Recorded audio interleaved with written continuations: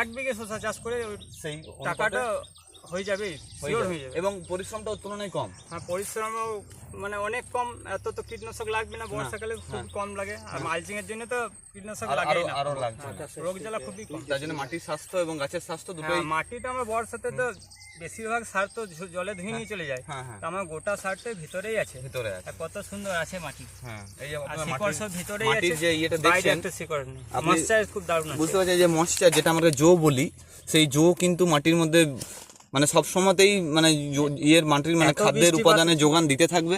এবং আমার কিন্তু গাছের অবস্থা দেখে আপনারা বুঝতে পারছেন যে কোনো রকম কোনো রোগ পোকা বা কোনো কিছু শত্রুর দ্বারা আক্রান্ত হয়নি, এবং সেই জন্য আমাদের আনুমানিক যে গড় ফলন তার থেকে অনেক বেশি পরিমাণে ফলন কিন্তু এবারে আমরা পেতে চলেছি। এবং তার জন্য আমাদের এই কৃষক বন্ধুকেও ধন্যবাদ, এবং আপনাদের কাছে অনুরোধ করব যে আমাদের যে আত্মা প্রকল্পের অধীনে এই যে অভিনব পদ্ধতিতে যে চাষবাসগুলো হয় সেগুলোকে আপনারা আমাদের তরফ থেকে এগিয়ে নিয়ে যাবেন।